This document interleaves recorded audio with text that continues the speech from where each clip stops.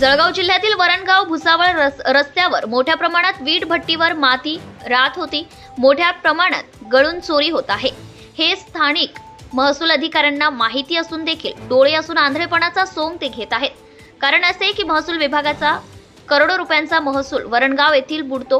कारण प्रत्येक अधिकाऱ्याचा त्या ठिकाणी हप्ता ठरलेला आहे. मग तो रेतीवाला असो, मातीवाला असो व लाकूडवाला असो, ते सर्व एका माळीचे मणी असून ते शासनाला लुटत आहे व शासनाच्या प्रतिनिधींना विकत घेत आहे. म्हणून आजपर्यंत वरणगाव येथील या ठिकाणी कारवाई करण्यात संबंधित महसूल विभागाचे तलाठी, ग्रामसेवक, सर्कल यांनी आपलं कर्तव्य गहाण ठेवलं. म्हणून इथे महसूल मोठ्या प्रमाणात चोरला जात आहे. यावर जिल्हा येथील पथक लवकरात लवकर यावे असे बोलले जाते की पथकाला देखील विकत घेतले गेला आहे. म्हणून या ठिकाणी कारवाई होत नाही. यावर आता महसूल विभागाचे जिल्ह्याचे वरिष्ठ अधिकाऱ्यांनी उघडा डोळे बघा, नीट कारवाई करा अशी मागणी सर्वसामान्य जनता करीत आहे. या वास्तूशी एक नातं आहे आणि खूप संबंध या वास्तूशी जुडलेले आहेत. अनेक आठवणी या ठिकाणच्या आहेत. मी तर असं म्हणेन की जे काही माझं व्यक्तिमत्व तयार होऊ शकलं, चांगलं वाईट जे काही असेल, त्याचं एक मोठं क्रेडिट हे या महाविद्यालयाला जातं, इथल्या शिक्षकांना जातं. आणि निश्चितपणे मी असं म्हणेन की नितीनजींच्या या मताशी मी सहमत आहे की अलीकडच्या काळामध्ये खूप वेगवेगळी महाविद्यालयं तयार झाली आहेत, लॉ कॉलेजेस तयार झालेले आहेत, चांगलं इन्फ्रास्ट्रक्चर आहे.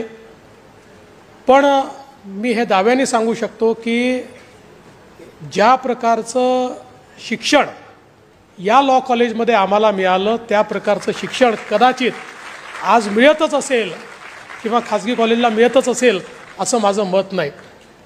म्हणजे मी ज्यावेळेस पहिल्यांदा आमदार झालो आणि आमदार झाल्यानंतर तिसऱ्याच वर्षी मला उत्कृष्ट संसदपटूचा पुरस्कार मिळाला.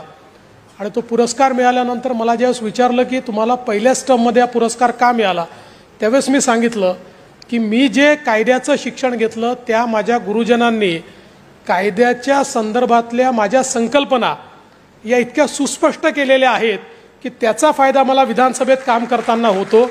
आणि विधिमंडळ जे कायदेमंडळ आहे, या कायदेमंडळामध्ये कायदे बनवत असताना तो मला उपयोग त्या ज्ञानाचा होतो. आणि म्हणूनच मला खरं म्हणजे सगळं करता आलं.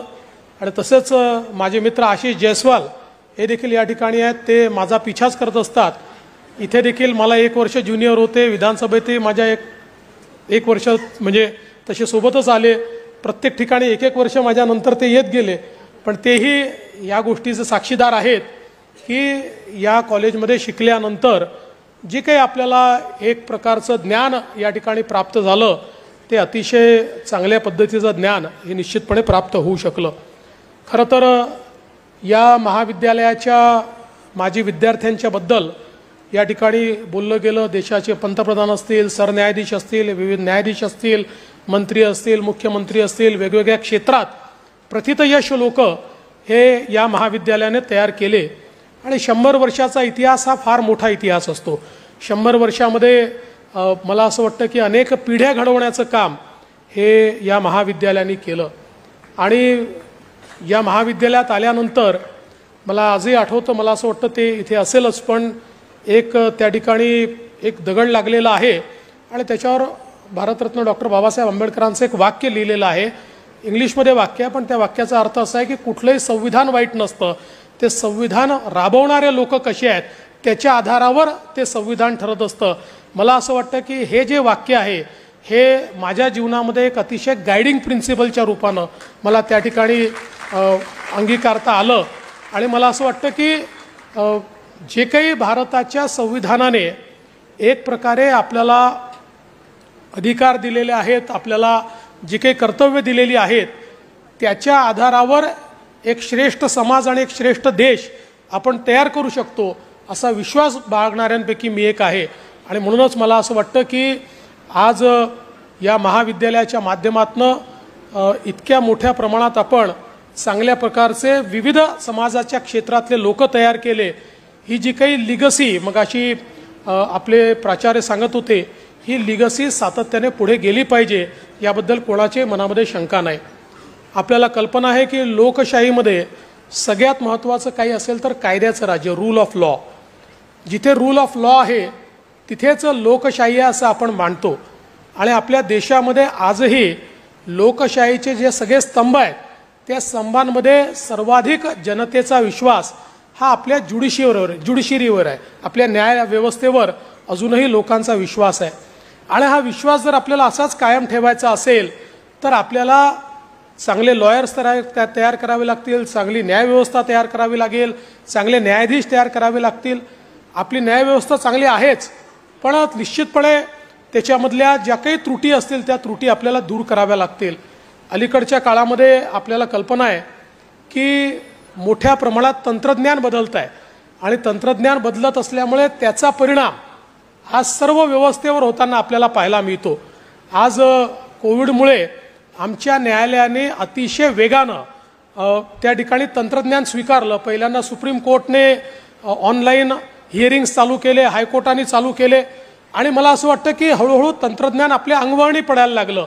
आज या तंत्रज्ञानामुळे मोठ्या प्रमाणात जसं समाजातल्या विविध क्षेत्रांचं रूप बदलत आहे, त्यांची आव्हानं बदलत आहेत, तसंच आपल्या कायद्याच्या क्षेत्रामध्ये देखील त्याचे मोठे परिणाम येत्या काळामध्ये आपल्याला दिसणार आहेत. आर्टिफिशियल इंटेलिजन्सच्या माध्यमातून आज आपण पाहतो ChatGPT सारखे काही जे काही प्लॅटफॉर्म्स तयार झालेले आहेत, हे प्लॅटफॉर्म इतक्या वेगानं बदल करतायत. म्हणजे पूर्वी कदाचित आमच्या काळामध्ये आमचे सिनियर आम्हाला सांगायचे तर आपल्याला एखादी केस किंवा एखाद्या केसला एखादी ऑथॉरिटी शोधावी लागायची. आता आपण केवळ कमांड दिली तरी आपल्याला ऑथॉरिटी मिळते. अशा प्रकारची अवस्था आता आपल्याला तयार झालेली आहे. पण ही जरी अवस्था असली आणि तंत्रज्ञानाने कितीही प्रगती केली तरी देखील मला असं वाटतं की शेवटी हे जे तंत्रज्ञान आहे हे तंत्रज्ञान आपल्याला सर्वांना स्वीकारलं पाहिजे. कारण कुठलंही तंत्रज्ञान हे एखाद्या घोड्यासारखं असतं. घोड्यावर मान त्या ठिकाणी मांडून आपल्याला वेगानं जसं धावता येतं तसंच जीवनामध्ये तंत्रज्ञान जर आपण स्वीकारलं तर त्या तंत्रज्ञानावर स्वार होऊन आपल्याला अधिक वेगानं अधिक गतिशीलतेनं काम करता येतं. त्यामुळे मला असं वाटतं की येत्या काळामध्ये आपल्या विधी शाखेला देखील आपल्या एकूणच संपूर्ण अभ्यासक्रमाला देखील हे जे तंत्रज्ञानाचं आव्हान आहे हे आव्हान स्वीकारावं लागेल आणि तशा तंत्रज्ञानाकरता फ्युचर रेडी अशा प्रकारची व्यवस्था ही देखील आपल्याला निश्चितपणे उभी करावी लागेल. आज या निमित्ताने खरं म्हणजे मला या गोष्टीचा आनंद आहे की मुख्यमंत्री असताना 3 नॅशनल लॉ स्कूल आपण महाराष्ट्रामध्ये सुरू करण्याचा निर्णय केला. Subscribe now and press the bell icon. Never miss an update.